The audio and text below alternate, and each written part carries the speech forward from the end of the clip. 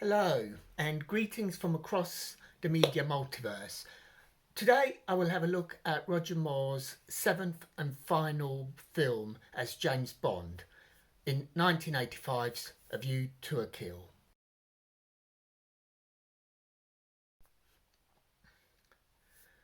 The pre-title sequence is typical of the Roger Moore era. It's got his stamp all over it. It is spectacular, it is over the top, it is gadget laden, it is funny, it is action packed, and it sets up the movie with style.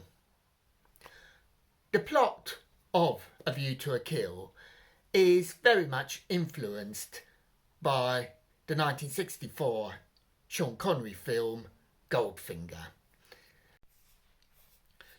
Once we get into the film proper, there are some spectacular set pieces. There's the Eiffel Tower with Grace Jones playing Mayday. There is the chase through the streets of Paris with a sawn-off car.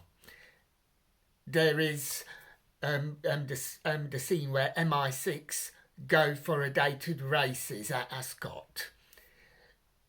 There are just so much memorable, good scenes that really draw you into this film. And the Pegasus horse racing scenes are important because that is where Bond is drawn into and meets our chief villain, Max Zorin, played by Christopher Walken, for the first time. And there's tension throughout it. However, sadly, as the film progresses, it loses some of the impact, and the set pieces we get in the middle part of the film are very derivative of what we have already seen.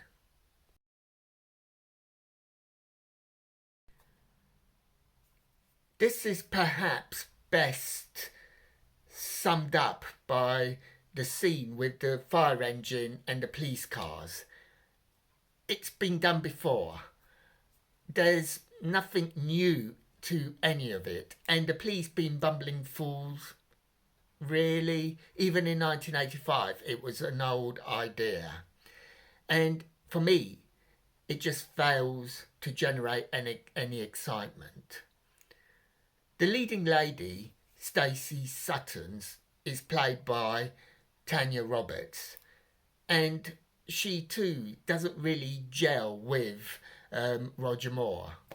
There have been quieter leading ladies before, and there will be quieter leading ladies afterwards, but they all seem to gel with their particular Bond, but not here. David Yip is good as the American CIA detective, but he's a bit wasted.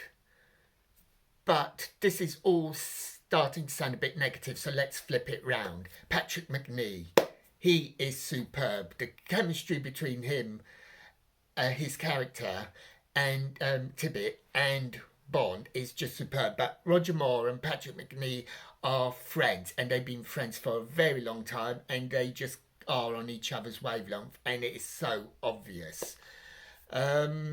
Another positive sign is Bond doing solid detective work and getting out of perilous situations.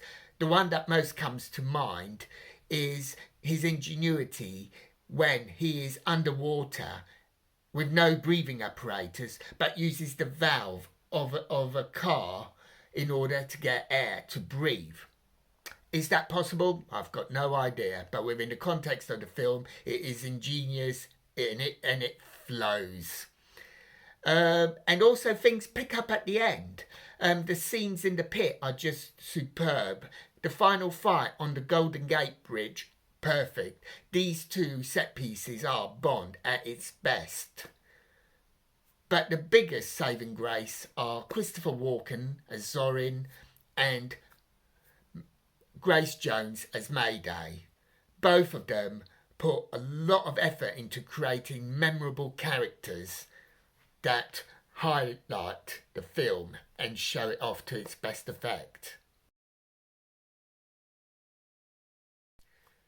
Christopher Walken is just brilliant.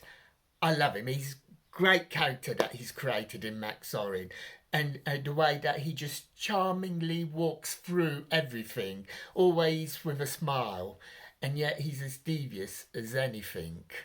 He really does lift this movie. The way that he and his colleagues machine gun the mine workers at the end, while he laughs maniacally, is just so chilling and unpleasant, but it's very representative of the character. Grace Jones is equally excellent with her character of Mayday. She provides brain as well as brawn. She is the muscle, and in the end she turns towards Bond rather than Zorin. Again, a homage to Goldfinger and Pussy Galore. I just think that the conversion was done better here than back then. Together, they make this movie watchable.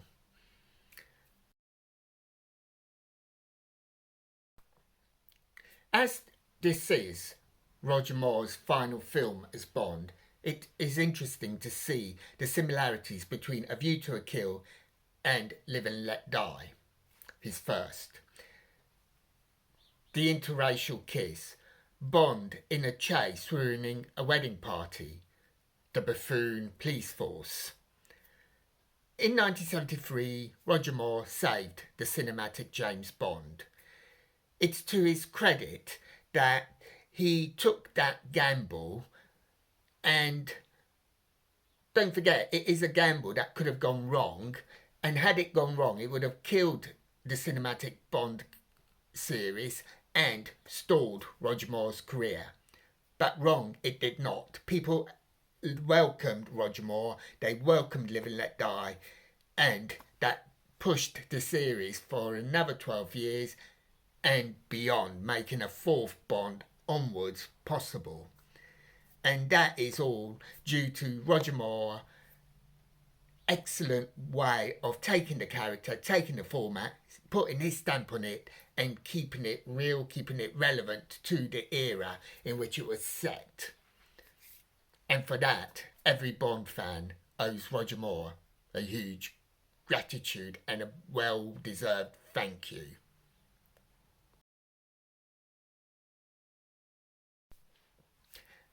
And sadly, this is also Lois Maxwell's final film as Miss Moneypenny.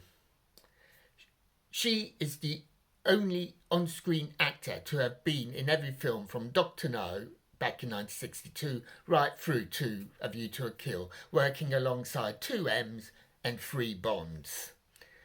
Her departure therefore feels like the end of an era.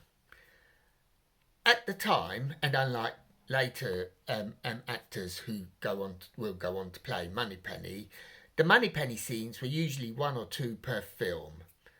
But Maxwell managed to create a character that was instantly likeable, instantly memorable to the viewing audience. And she didn't even have to shoot Bond in order to do so. But I suppose it was inevitable that with a new younger Bond around the corner, a new younger Moneypenny had to be found as well.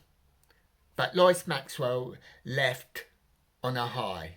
A day at the races, and a great big huge thank you from all the Bond fans for her work over the years.